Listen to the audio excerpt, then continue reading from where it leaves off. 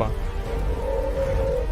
Hey everyone and welcome back to the news. We've got massive classic updates, level 120 boosts being data mined, and some real talk. Titles, thumbnails, sponsors, I've heard you, and today we're going to have a real honest talk about what all of that stuff means. Plus, a bit of a game studio update. And speaking of which, a Patreon update. Our art team, in spite of having to prep for Gamescom, has found the time to make 2 special bonus items for this month's physical tier. You will get these dead gorgeous, nostalgic as hell landscapes, as well as the 3-piece Paladin set. It's the best way to support our channel, and it really makes content like the complete history of World of Warcraft What about possible. the 8-piece set? Our big video went up yesterday. It's our new series, so if you missed it, be sure to check it out. Yeah, we are going to watch People that seem to have really loved it so far. I mean, for that series, we've got a few numbers that may shock you a little bit, and I'll get into those later. But first, let's get into our main news topic, the level 120 boost. Now, it's kind of a spicy one. So a level 120 character boost has been data mined in the patch 8.2.5 build, sort of. The only elements of it that have actually been data mined are the new zones, with there being a Kulturas and Zandalari 120 character boost area. Who gives a fuck? Now, these would, I assume, be just like the Legion airships that boosted characters will have received their training on in the past. Now, this is, of course, something that we all do expect to see eventually, but I guess there's a bit of a question on everyone's mind, given how Blizzard have monetized Battle for Azeroth more than any other expansion in World of Warcraft's history. So thank you very much, Bellular, for saying that, because some people need to fucking remember that. They've added more storm mounts into BFA than they ever had before. It's ridiculous. So yeah, I'm glad they're doing the boost, but the problem is fundamentally the fact that leveling is boring and it sucks. Like, if leveling wasn't as boring and it didn't suck as much, then I wouldn't really care a lot about the boost. But unfortunately, because leveling sucks, I actually do want to be able to boost my characters.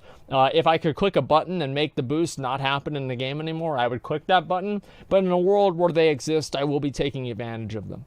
That's basically the way that I look at it. I hate there are leveling suspicions in BFA. that rather than having this launch with the next expansion's pre-order, that they might actually launch it a bit earlier. Now, this whole level boost thing, right? This kicked off with the level 90 boost years ago. The level 90 boost was months after patch 5.4, the final patch of MoP, and things happened in a similar manner for Legion, with its level 100 boost being available once Legion was available for pre-order. And then once again, we saw the same thing with Battle for Azeroth. So generally, the boosts to level cap, they've been available months after the final raid of an expansion actually comes out. Now, it's perfectly possible that that trend will continue. However, it is the case that, Blizzard absolutely have been monetizing Battle for Azeroth in a more heavy-handed fashion as of late, and it's also the case that the patch timings for this expansion are totally out of sync with what I have to imagine their original plan was. Because, you see, if Battle for Azeroth was So let's just ask this. Do you think that it would be better for BFA? Do you think that it would be better for BFA if, hypothetically, they introduced a 120 boost today versus 1 year from now? Which one would be better, today or 1 year from now? I'm kind of curious. I personally believe today. Yeah, I think it would be better for the game today. And the thing is that there's a lot of people that don't want to level their alts. Who cares? Expansion sucks. Well, a lot of people still play the game. Like, more people are playing WoW now. Like, and like, that's probably because mainly of Classic, I would assume. But from the people that still play retail, I've been hearing a lot of positive things about it that I haven't been hearing for a long time. I've been talking to people. I play WoW all the time, right? I talk to people about the game all the time. And I'm hearing more positive things about WoW nowadays than I've heard throughout the entire expansion. Doesn't mean the game's good, but it means it's better than it was, right? Can you watch this till after the end? Let me see what that is, Tabella. I'll have to look at it later on. I don't know what that is quite yet. Yeah, 8.2 is 20 beast because the negative people quit.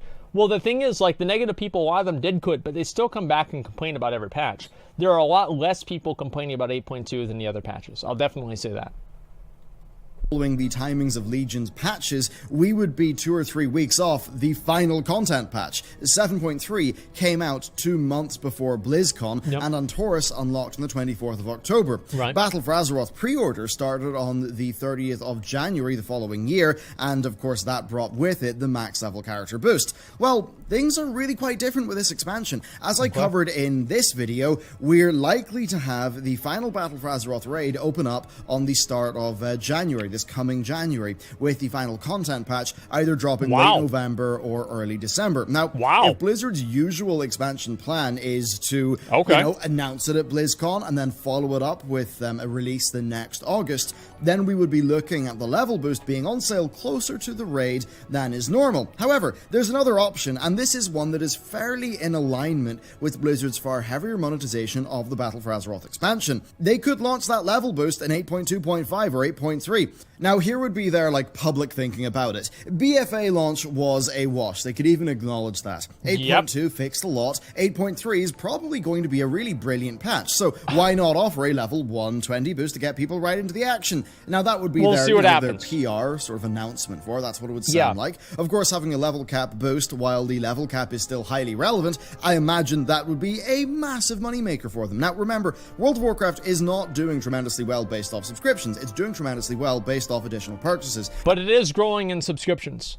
What if they did something like this?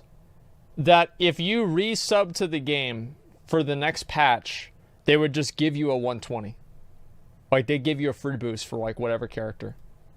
Do you think that would be good? I don't know. I'm thinking about that. Would that be good or not? Because here's the thing. It doesn't cost them any money to do that.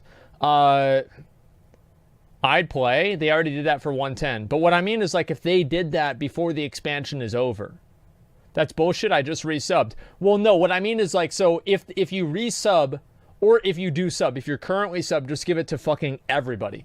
So that way there's no oh, I've been paying the game for this long and they don't fucking give this to me, man, but they're going to give them to all these other people. They don't even play the fucking game. What the hell is this, right?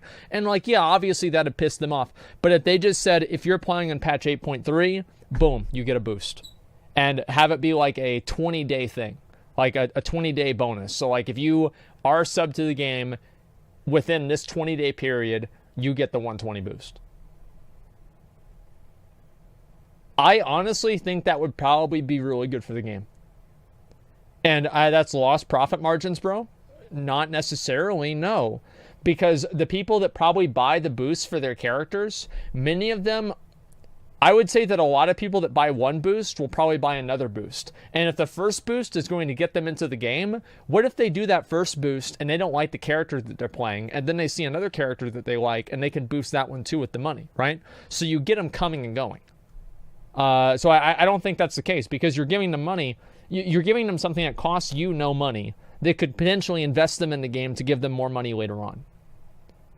Yeah, it's whales. Well, yeah, I mean, of course it's whales, but I think that it works. That's the only point that I'm making here. Let's see. The Classic try to use to boost retail. Well, yeah, of course they should do that. That's actually a great idea. Yeah, as soon as Classic dies down and people stop being super, super invested in Classic, they get everything they want to do done in Classic, they introduce a fucking free 120 boost to the retail game. Boom.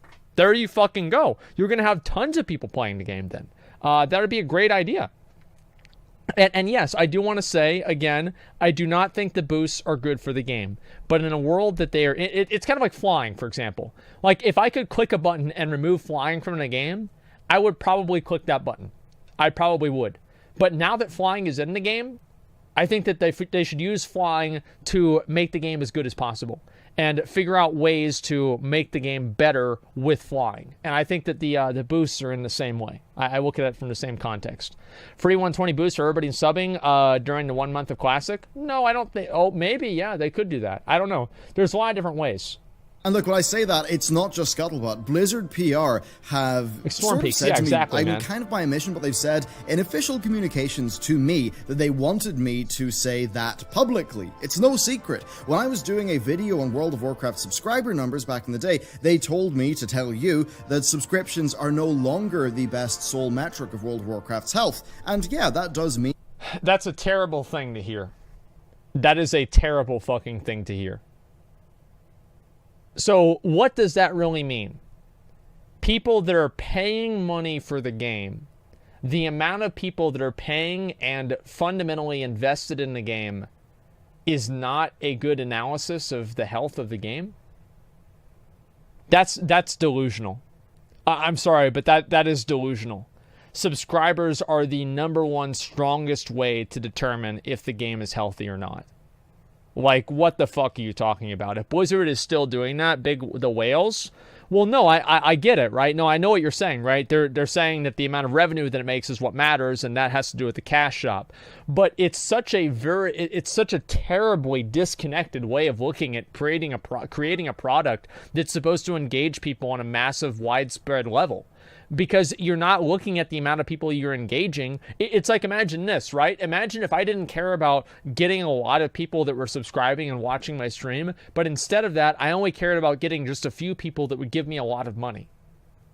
Would that make my stream better or worse? I wonder.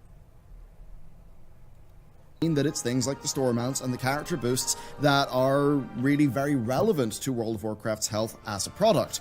Now, being real with you, I've got to imagine that Blizzard look at the Final Fantasy XIV premium swimsuits and all of their boosts, the way you can boost through the story content. Blizz obviously, they're going to look at that and think, wow, I wish we could get away with that. But for whatever reason, the Final Fantasy XIV audience seems to be a lot more okay with that type of thing than the World of Warcraft audience is. Yeah, as for why, well, that's maybe a deeper discussion for another day. Should never now, of course, accept pay to I'm win not a big fan of any max sort of level cosmetic character stuff. boosts. I don't really think that's a great thing. No. I'll never forget Preach's video all the way back during Mists of Pandaria, where he was slogging through hours of LFR. I remember this shit, dude, because they used to boost you up. They would boost you, and you would be like 530 or 522 item level or some shit, right? And you would have just enough item level to queue up for the first wing of Throne of Thunder. And you would queue up for that first wing of Throne of Thunder, and the half of the raid would be boosted 90. So people that had no fucking idea how to play their class. And back in LFR back then was actually kind of challenging. And so you would try and do that, and it would just be fucking awful. You would be sitting there and wiping over and over and over and over. You'd just be so terrible. 483? I think actually you're right. It was 483. But the point's still the same, right? Whatever dungeon it was. Yeah, Darumu, they would just die constantly. I remember there was one time on the council, third boss in TOT, and we wiped like 4 times because 20 of the 25 people in that raid were boosted 90s. And they had no idea how to play their class. They were just running around hitting buttons, hoping to AFK through the whole thing. It was sad. Dealing with fresh, boosted characters who couldn't pull their weight. Now, it's also the case that back then the classes were a lot more complex, so a totally new player would be a lot more in a confused state. But, even though the classes are a bit more simple now, I think that principle still does apply. And again, to me, this all comes down to what Blizzard's direction for World of Warcraft is. Is it an MMORPG or an MMO Destiny? Things like level boosts and seasonal gear catch-up, that works really well with the Destiny-type model that's more focused on endgame, gameplay-driven instant content. I'd be fine if they did it based off of like seasons, but I wish the season was the expansion and not the patch. The season should be the expansion and not the patch. That's the way I look at it, okay? Just a second.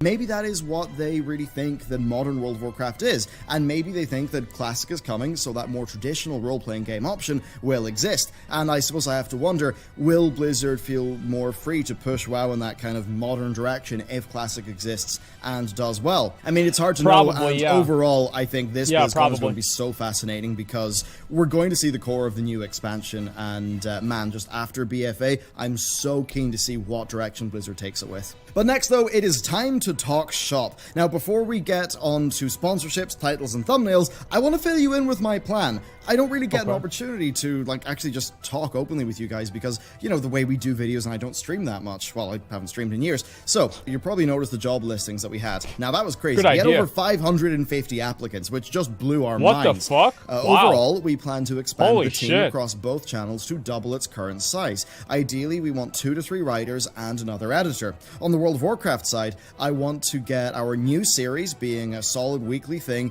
and I want another weekly series that's a little bit further off. That'll bring us to 4 videos a week. Now, that's one that will have to have this its is own really dedicated impressive staff because it's going to be a massive endeavor, so that will be a little bit off. We've just rented additional office space to house the new expansion, and I mean, if you do the napkin maths, yeah, it's pretty expensive to do all that. When we do... I'm really impressed by all this, right? I mean, because you think about this is just one guy that started his YouTube channel, and he used to make videos the same as I'd make videos. And it's like, Now he has like people he's hiring and everything like this. This is really impressive and commendable. This is awesome. Sponsorships and run Patreon, that all does go back into content That's development. awesome. Like, personally, I'm making less money than I did 2 years ago, but I would not have it any other way, because I just get far more meaning and satisfaction from building something that serves people. And it's cool. It's fun to walk into work every day and just see the team, you know, working and stuff and making great content. So that's really the sort of high-level plan. Let's talk about the titles and the thumbnails. So my thumbnails and titles are a meme at this point, and rightly so.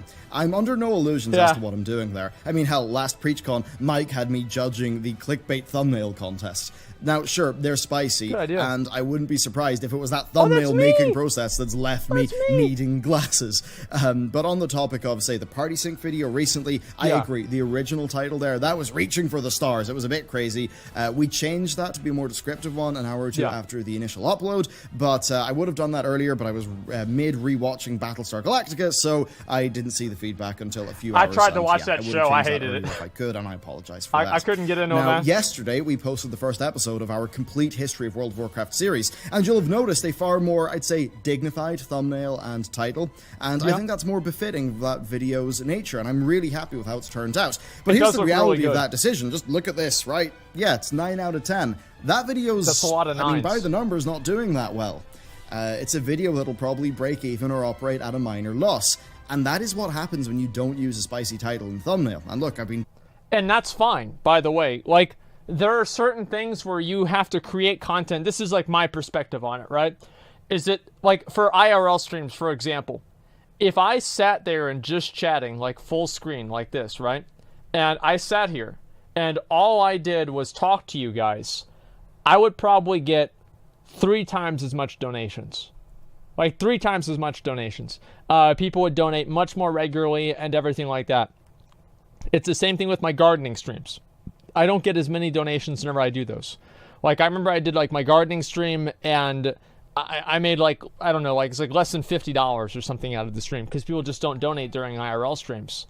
And that's fine. That's fine with me. Because I think to a certain extent, it's always really important for somebody who's in a creative space to have something that they can do and work on creatively that's not tied to money. I just think that it's very, very important to have that as a creator, because whenever you don't have that, it's like everything you do is all centered around money. And so like that's the same reason why like my YouTube channel, like my second YouTube channel, I don't know if you guys have seen this before, my YouTube channel at all, there are no ads on this channel, period. I have no ads, no monetization. I could be making thousands of dollars off of this channel. I'm making $0 off of it because it's purely something that I do as a creative endeavor. And so I'm glad that Bellular has the same perspective on that. Doing this for years, and I'm not trying to lord that over anyone, but let's just say I've done a lot of testing over that time, and that's just kind of how it is. People may say they really hate emotionally engaging titles, and sometimes I really hate them too, but at the end of the day, the clicks do happen, and if you don't do hate the it, player, someone hate the game. else will use those tactics, and they'll get the clicks. That's just how it works, right? It's a sad state of affairs, but it's the reality that we live in. Now, why would a video like that break even? Well, I had Matt working on the researching and writing aspect of that one for about 20 hours. I edited it for a day and a half. Connell edited it for a day. Jess and I spent a day working on like style rules, like the style guide for the series and like the intros and stuff. John, our graphics designer, spent a lot of time working the thumbnails. And at the end of the day, that's a lot of time. What's different is that this is a series that ideally will be weekly. At worst, it'll be fortnightly. But, you know, doing that does bring its production costs. You need the team in order to make that be a smooth process and just keep the quality coming out there. Now, this isn't me complaining. This is like literally how I've set it up on purpose. This is just me explaining the cost of creating that content. And it's worth noting that things like, say, the editing times, they'll go down as that format is more and more worked out over time. You got more practice. I'm really happy for that series to even be a loss leader because I believe in that series. Long term, I think it'll do well. For anybody that doesn't know, loss leaders are things that you do basically as brand investments. You lose money on them, but they're supposed to help promote your brand in a way that's meaningful more so in the long term, right? A lot of people don't know that, but it's like a business term. Critically, it's one of the highest rated videos we've ever done on the channel, and looking through the comments, people seem really excited for the whole series, so it's clear that people love it. That's extremely motivating, and really, content like that being real, that's only possible because on the news topics and the speculation, yeah, we go hard in the titles and thumbnails. The same thing goes for the sponsors. You have to. That revenue goes into you have to. Yeah, you have to. What do you mean? Actually allows us to make that content. And really, I mean, if I look at the content we were making 3 years ago as compared to what we're making now, it's just a night and day difference. So that's pretty much what's going on there. That's my explanation of things. I'm not going to sugarcoat it. I'm just going to tell you exactly how it is. Because I think, like, even if, you know, I have some of my own reservations about it and you don't like it, I think at least we can both have a common understanding of why it happens. And that's pretty much that. Now, as for the game development, man, it is going better than ever. I went blind 2 days ago into a playthrough of our Act 1 script. And yeah, there's a part of it that was just harrowing. I was blown away how well that script has came out. I could not be more impressed with just how the team have brought that all together. So we're going to Gamescom this week to meet with publishers and other potential partners, and after that we'll have to decide, are we going with a traditional publisher route or are we going with the community and something a bit different? So there's a lot more there that I'd love to share, but I don't want to overshare too early. I want to wait until the time is right. As for what Gamescom is like from a developer's perspective, I can fill you in a little bit on what happens there. So it's going to be my second one. So if you're going there as a dev and you're not like showcasing to the public, you're going to be in the business area, so there's no public there. Now instead, that is a hall that's full of developers, publishers, middleware companies, localization companies, and far more. And then there's that's where they get together and they scheme. They're like, okay, we're gonna do this microtransaction and we're gonna make a box, okay, and it's gonna be 1 in 10,000 chance to get this item, but you can pay to have your chances doubled.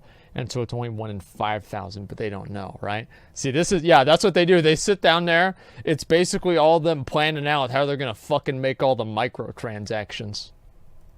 They touch base and exchange tips. Yeah, exactly. Meetings, and just about everyone is on the app, and you get like your time slots. So yeah, we're heading over there with the Northern Irish delegation under the UK banner, and we are, you know, when we're there, we'll have access to a demo pod, a meeting space. So it's all about talking to people, networking, essentially just building strong connections with the acquisitions people from publishers, and then going home, you know, keeping that dialogue going, sending over a build, just kind of doing that. And then of course, beer.